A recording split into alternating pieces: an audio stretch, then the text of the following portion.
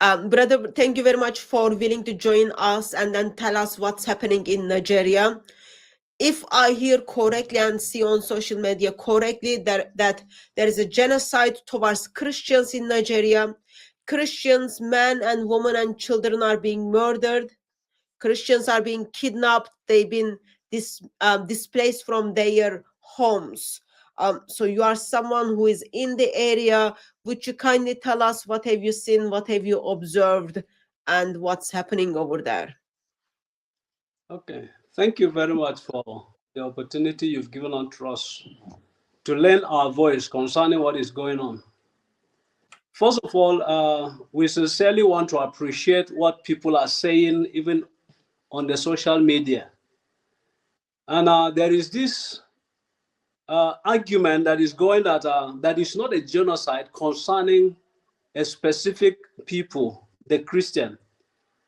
But before we draw any conclusion, there are so many variables that we need to look into that will help us so that at the end we'll be able to say on whether it is a genocide against Christians or not. Of a truth, the killings involve Muslims and Christians, and even non-religious people. They are involved. But first of all, the variables that we need to look into is, one, those that are behind the killings. Apart from those that are behind the killings, we need to see the ratio of the casualties. The ratio of the casualties will be able to help us see whether or not it is a genocide against a certain race. Apart from that one, we need to see also there are people that are benefiting from what is happening in Nigeria. There are some group of people that are benefiting. And then the kind of attack that we are receiving. So first of all, as I said, the people behind this, there are people who are planning and then carrying out these activities. About 100%, if not mistaken, are Muslims. Even though to some certain extent, they kill also the Muslims themselves. But in a community where we have like 100 people, and then 20 are Muslims, 20 are Christians, the 80 are Muslims. And if 30 are killed, and then the 20 that are Christians are all killed, and then we have 10 to 15 Muslims, it is already showing that in that area, the Christians have been wiped completely. And then, as I said, the people that are carrying this out are all Muslims. And if they are all Muslims, because I have never had a Christian group going to attack a certain set of people. And if that is so, what is their aim? What are they looking for? Because there is no provocation, there is nothing. So these people, they have an agenda. Terrorism is not just like that. Terrorism has an aim. They have what they want. And if they have what they want, what exactly do they want? They want to alienate the non-Muslims, which by extension, the Christians. And then, as I said, there are some people that are into this that do not understand what they are doing. And you hear people saying that even yesterday or so, I had an African leader saying that this thing is a lie, that there is no genocide in Nigeria, that even Muslims are involved. Yes, Muslims are involved, as I said. That is in the far north, where Christians are less in number. But what is the aim of those attacks in the northeast? The intention is different from what is happening in the middle belt. The intention of what is happening in the northeast and that of the middle belt are different. And that is why First of all, when we started this issue of crisis in Nigeria, it was at first religious crisis. It was called religious crisis. That was a battle between Christians and Muslims. And at those points, the ratio of the casualties of victims cannot be, the margin cannot be expressed, because it was always in the urban area. But when they saw that one, when they discover that they are also affected, they go into a different tactics. And then the issue of the Boko Haram came in. The Boko Haram had an intention. They had their target. And their target was the Christian community. Their target was the church. They will go bomb churches, bomb and then kill people even in churches, even though they attack even some Muslims. But we've never heard of a mosque that was raised down with the imam and other set of people. But in our own case, when they come to a church, they destroy the church, they kill the pastors and even their families. They destroy them. So what are they looking for? After the Boko Haram, they discovered that yes, with the bombing and other things like that, security measures were put in public places because they were attacking public places. They saw that one was not giving them what they want. And so they go back and then strategize. And then they came in with the issue of the Fulanis, the bandits. You see, people, they keep branding their names. They keep rebranding their names from Boko Haram. Then in the Middle Belt, the Boko Haram was in the northeast, the far north. But when it came to Middle Belt, the first thing was unknown gunmen. And that was what people keep saying. Unknown gunmen. Are these men spirits? Are these people not humans? But they keep naming them unknown gunmen, unknown gunmen, unknown gunmen. When that name was to a point that they discovered that it would raise issue, they changed it to bandits. After banditry now, it becomes what? The issue of the Fulani came in. And instead of seeing them as terrorists, they look at them as just what? They keep on saying it is Fulani or headers what? Farmers clash. Who clash with who? When we are talking of clash, it should be people on opposite motion that brings about clash. But these people will go to a village, wipe out the community completely, and then take over that land, settle there, and even rename those places. What are we talking about? What are we really talking about? So what is their intention? They will go, people will farm their produce, take time, take care of the farm. When it is close to production, it will what? They will come and put their cows inside. And nobody can dare say anything. None of these people have ever been arrested. The Fulani walk around freely with AK-47, guiding their cows.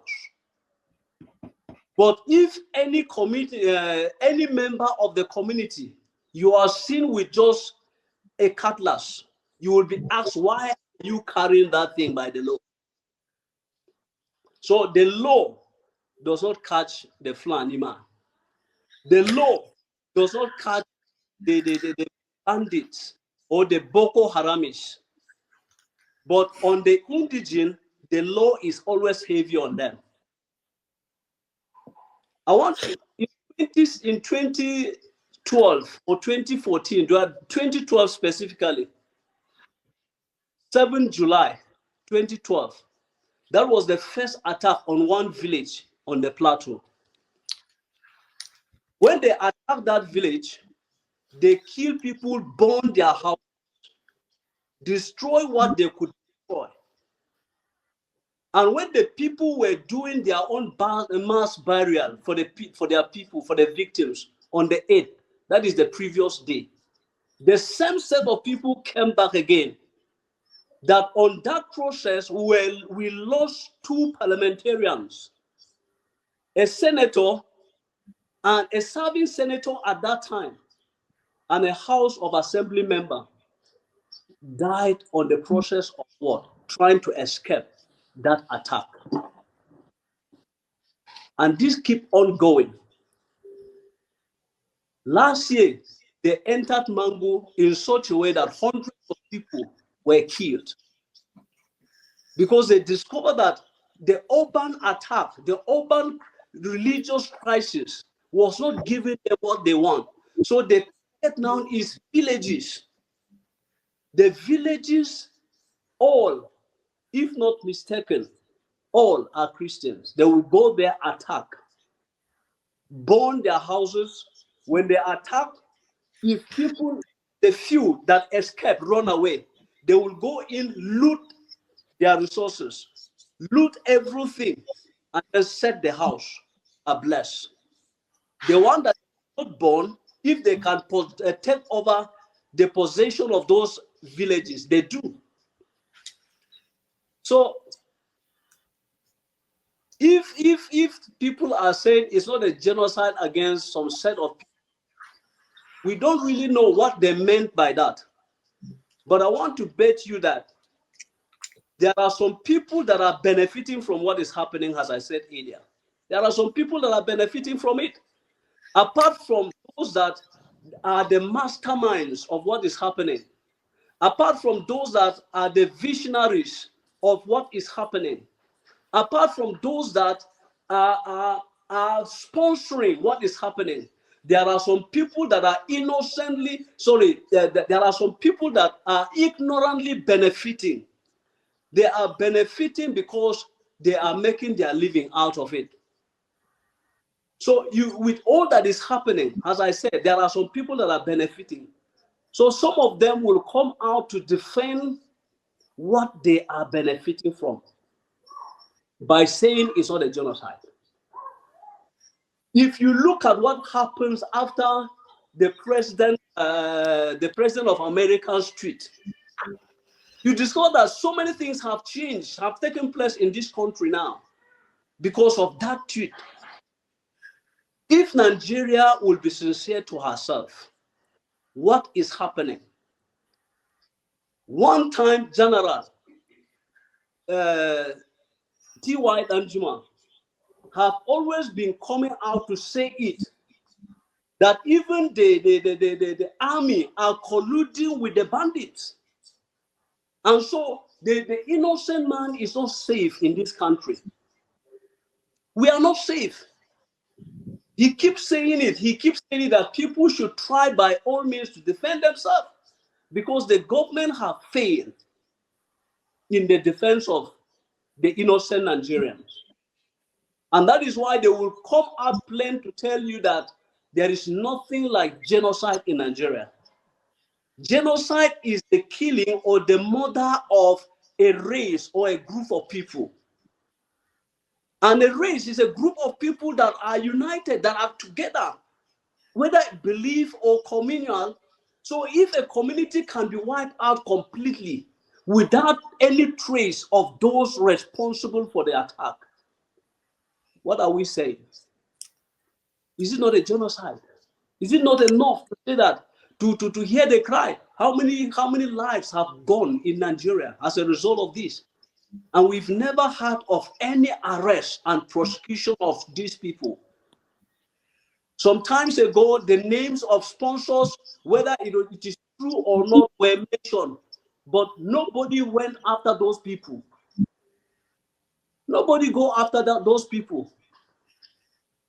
So, and I want to believe what people are hearing. Yes, please, those that are saying that nothing like that is happening, that even Muslims are killed. Yes, Muslims are killed, but the ratio of the killings is a different one altogether. It's a different ball game. And the reason is also a different thing. If they are killing people in the northwest or in the northeast that Muslims are involved, as I said earlier, the ratio is what matters. Their intention is what matters. I want to believe there are some that if they say no to them, that this thing they are doing is not good, they will go after them. Because these are people that will want to fight their war, their intention. So they will go after them. So the truth is that this country is in a mess because the security is not standing up to its responsibility to defend the lives of the helpless Nigerian. Most especially in the Middle Belt. What happened on the plateau? What happened in Nasarawa? What happened in Benue? Plateau Benue specifically. This thing is targeted at the Christians. There is nothing, and then southern Kaduna, and then southern part of Bauchi state. The previous governor of Kaduna state came out plain. And so it's truly a genocide against the Christian faith. And I think nothing less. Thank you. So I'm hearing from you, even though there are claims that this is not genocide against Christians, because there are Muslims who are being murdered or killed. You are pointing out, well, when you look at the numbers, you get to see in that village, all of the Christians are being wiped. All of the Christians are being murdered. Therefore, there is an intentional attack against Christians. Therefore, you are identifying this as a genocide. It is such a strange that the world chooses to not see it. And you express that even though people who are going after Christians, and especially after non-Muslims, they are just rebranding them, but none of them ever been arrested or punished. I'm finding that as shocking. Daylight, you express that in the daylight, people went into the churches, murdered pastor and his family.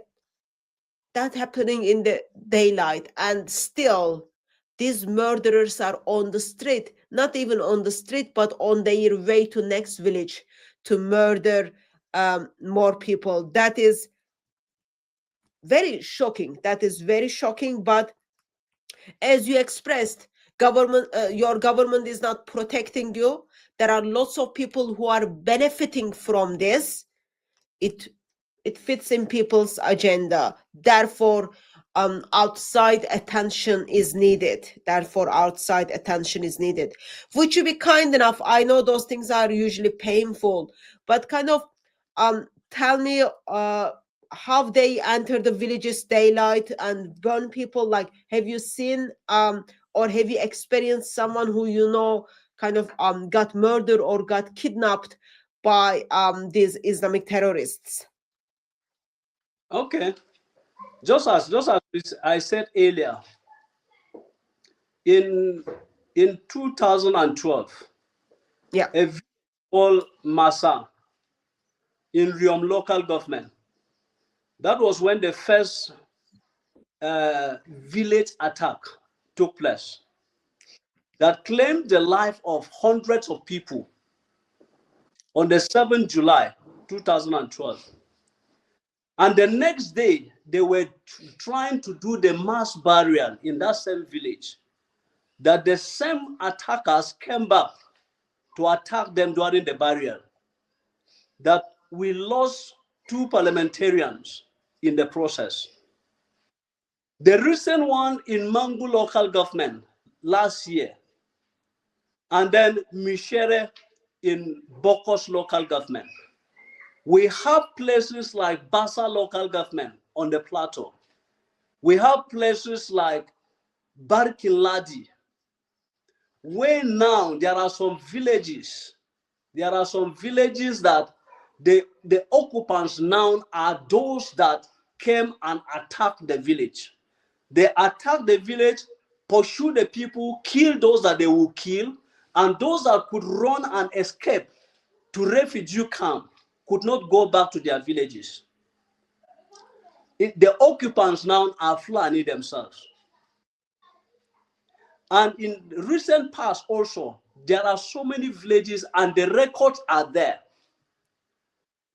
The one that is being posted by a Reverend Dachomo, concerning that of Dogona Hawa in Jos South here, that hundreds of lives, men, women, and children were destroyed.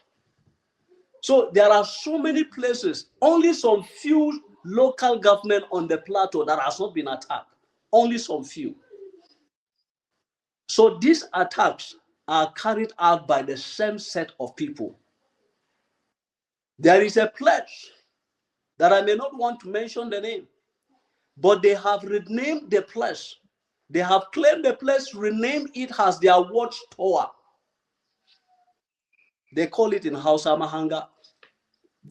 But it was a tribal name. They have renamed that place. And that is where most of their machineries comes from. They will go and attack villages from different places and go back in that same place. So many villages on the plateau are attacked. So you are pointing out first attack started in back 2012. That's like 13 years ago. Yes. It's not like something started yesterday. It's been going on for whole decade. For whole decade, villages are being wiped out, people are being murdered. So what happened? Like you talked about, they go into the churches and then murder Christians during the time of worship. Do they ask priests or pastors to become a Muslim before they murder, or they just go in and then they murder and then they just leave?